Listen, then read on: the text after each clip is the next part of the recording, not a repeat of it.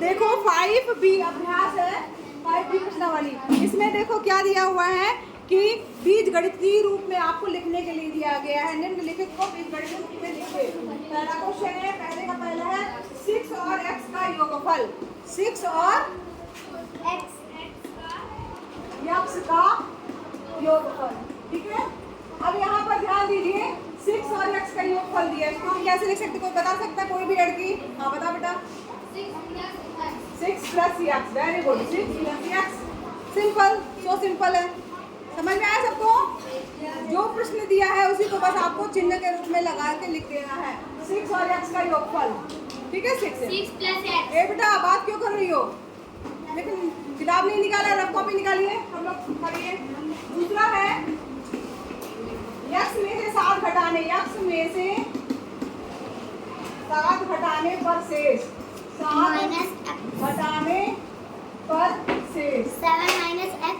हाँ, क्या हो जाएगा? 7 माइनस x। x में से 7 घटाने पर शेष x माइनस 7, जो शेष बच रहा है वो यहाँ पे आ जाएगा शेष। इसको हमें दिखाना है, शेष क्या हो जाएगा? x माइनस 7, ठीक है। तीसरा है आपका, अब आप लोग बताइएगा, x का 5 गुना, x का 5 गुना, कौन बताएगा? x गुणे 5। हाँ वेरी गुड। x गुणे 5। x का 5 गुना, 5 गुना, जैसे किसी भी चीज को 5 गुना जब लिखा जाता है तो उसमें 5 का गुणा कर दिया जाता है, तो उसको क्या करेंगे? 5 गुणे x, 5 गुणे x। समझ में आया? Yes ma'am. 7 गुना होता तो क्या होता? 7 गुणे 5 गुणे 7 गुणे x। 7 गुणे x, ठीक है। समझ में आ रहा है? समझ में भी आ रहा है? ठीक। तो यहाँ पर 5 गुना, ये 5 गुणे x, 7 गुना होता है 7 गुणे x, 10 गुना होता है 10 गुणे x। जितना गुना होता है उसको आगे गुणा कर दिया जाता है। x का 1/3, इसको कौन बताएगा? x का 1/3, मैं चलो आप बताओ क्या होगा? x divided 1। नहीं, x का 1/3, वेरी गुड। क्लैपिंग कर दो भाई इसके लिए। क्या नाम है तुम्हारा? आकांक्षा पटेल की जगह क्लैपिंग हो जाए। x का 1/3, 1/3 का मतलब होता है 1/3। तो x का 1/3 का मतलब हुआ x गुणे 1/3 बराबर 1/3 या x/3। x का गुणा इससे होगा तो x/3, ये बराबर का निशान है, ठीक है।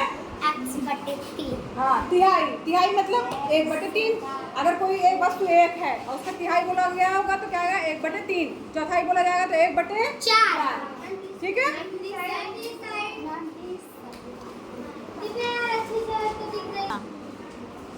अब यहाँ पर देखिए, यहाँ पर देखो दिया हुआ है, कथन को संख्याओं, बीजों तथा मूल संख्याओं के चिन्हों की सहायता से व्यक्त करना है, ठीक है।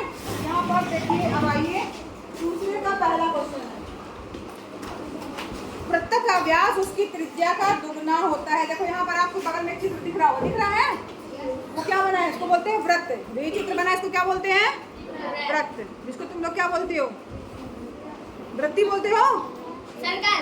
सर्किल, बिल्कुल सही। इसको इंग्लिश में सर्किल बोला जाता है या वृत्त बोला जाता है?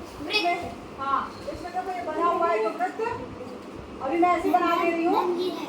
अब यहाँ पर इससे ये दिया हुआ है, उसकी त्रिज्या क्या दी हुई है? r, यहाँ o दिया है। तो वृत्त का व्यास उसकी त्रिज्या का दुगना होता है। तो व्यास को हमने मान लिया d, ठीक है। व्यास को मान लिया क्या? d, मतलब कुछ भी मान सकते हैं। हाँ, कुछ भी मान सकते हैं। बराबर दुगना होता है 2 गुणे r, r का दुगना क्या लिखेंगे? 2 गुणे r, ठीक है। जैसे हमने लिखा था ना 5 गुना, 5 गुणे लिखा था ना, उसे दुगना का मतलब हुआ 2 गुणे, ठीक है। चलिए अब इसके बाद आगे बढ़िए। सेकेंड आपका होमवर्क है। तीसरा देखिए, आयत का क्षेत्रफल उसकी लंबाई और चौड़ाई का गुणनफल होता है। आयत का क्षेत्रफल, आयत जानते हैं आप लोग किसको कहा जाता है? Square, rectangle. आयत मतलब आपने सामने की भुजाएं जो है वो क्या होती है? बराबर होती है। ये भुजा इसके बराबर होगी, ये भुजा इसके, ये भुजा इसके बराबर होगी, तो ये भुजा इसके, और कोण 90 अंश के होते हैं। चारों कोण कितने अंश के होंगे? 90। इसे क्या कहा जाएगा? व्याकृति क्या है? आयत। अगर इसकी चारों भुजाएं बराबर हो जाए तो उसको क्या कहा जाएगा? वर्ग। वर्ग। अगर चारों भुजाएं बराबर हो जाएंगी तो उसे क्या कहेंगे?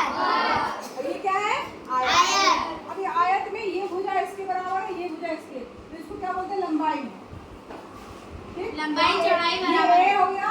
और ये मान लो इसकी या इसको लंबाई मान लो, ये मान लो ए हो गया और ये चौड़ाई मान लो बी। ठीक, तो यहाँ पर आयत का क्षेत्रफल लिखा है, लंबाई और चौड़ाई का गुणनफल होता है। क्षेत्रफल को मान लीजिए एरिया है ना, तो उसको हम मान लीजिए एस मान लेते हैं। ठीक है, एस बराबर ए गुणे बी, एस बराबर ए गुणे बी। यहाँ एस क्या है? क्षेत्रफल। समझ में आ रहा है? उसको केवल बीजगणित की भाषा में लिखना है, तो उसको हम क्या लिखेंगे? एस बराबर ए गुणे बी, बी बराबर 2 गुणे आर। समझ में आ रहा है? क्षेत्रफल क्षेत्रफल नहीं लिखना, उसको कुछ संकेत बता के लिखना है।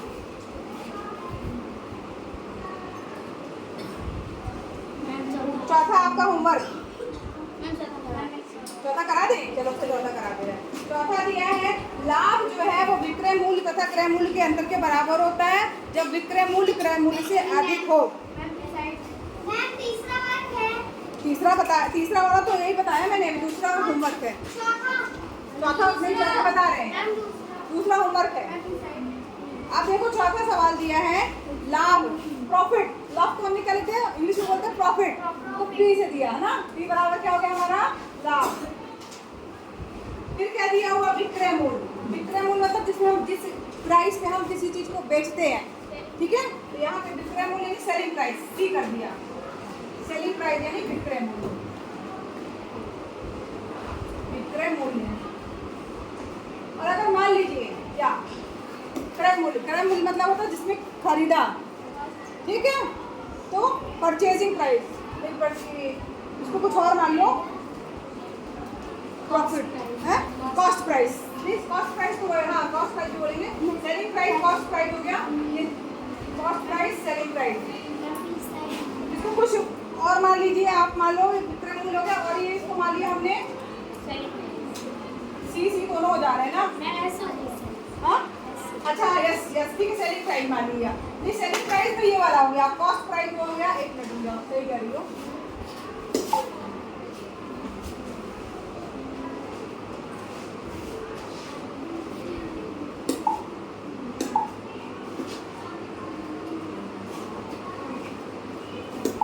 सेलिंग प्राइस, विक्रय मूल्य सेलिंग प्राइस 30 हो गया।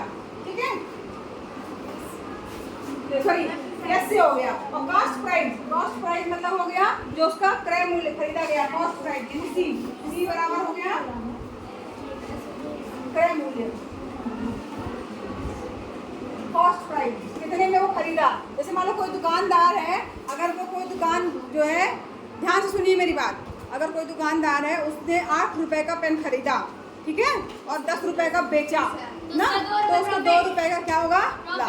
उसी को आपको लिखना है। तो मान लीजिए, तो यहाँ पर इसका फार्मूला क्या जाएगा?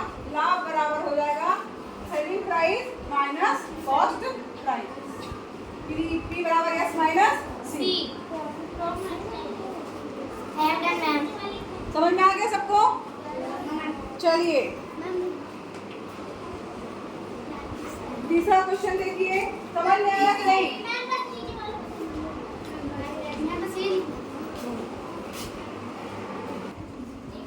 नेक्स्ट क्वेश्चन है, एक टोकरी में 50 आम तथा दूसरी टोकरी में 100 आम है। एक टोकरी है, ठीक है, इसमें कितने आम दिए गए हैं?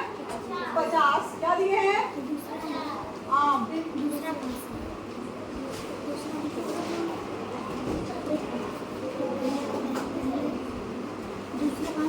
इस तरीके से कितने हैं टोटल? 50। दूसरी वाले में क्या दिया है? 100 आम। दूसरी टोकरी क्या है, उसमें जो है वो रखे तो है आम, लेकिन हमें पता नहीं उसको हमने क्या मान लिया है? एक्स आम। ठीक है, तो यहाँ पर देखो दिया है, पहली टोकरी में दूसरी टोकरी से कितने आम अधिक हैं? पहली टोकरी में 50 से, दूसरे में मान लिया एक्स है, तो कितने आम अधिक हैं? 50 वेरी गुड। तो अधिक, यहाँ पर लिख देना अधिक आम, आम बराबर हो गया ठीक 50 माइनस 50 में से एक्स घटाएंगे वो तो अधिक आम की संख्या हमें पता चल जाएगी। पढ़ाने की जरूरत नहीं, वो समझाने के लिए मैंने बताया आप लोगों को। अब देखो तीसरे का भी आपका होमवर्क है, नोट करिए, तीसरे का भी आपका होमवर्क है। अब इसके बाद चौथा क्वेश्चन देखिए, हाँ तीसरे का दूसरा वाला जो उसमें बी लिखा है ना, तीसरे का बी, विद्यालय में कुल 100 छात्र हैं, यदि छात्र उपस्थित हो गए तो 32 छात्रों की संख्या। तीसरे का भी हाँ होमवर्क है आपका। चौथा क्वेश्चन देखिए, चित्र बना है, आयत का ही चित्र बना हुआ है। ऐसे ही बनाना चित्र। यहाँ x मीटर लिखा है, यहाँ y मीटर लिखा है। अब यहाँ पर पूछा गया है, ध्यान दीजिए, आयत का परिमाप। परिमाप मतलब होता है उसकी चारों भुजाओं का योगफल। ठीक, परिमाप बराबर क्या होता है? चारों भुजाओं का योगफल। और क्षेत्रफल क्या होता है?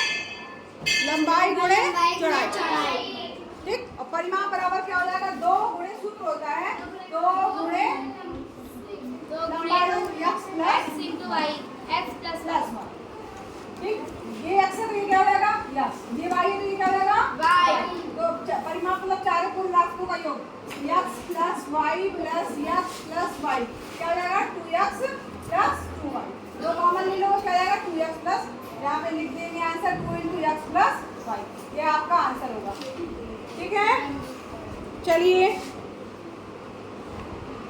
5वां और 6वां आपका होमवर्क है।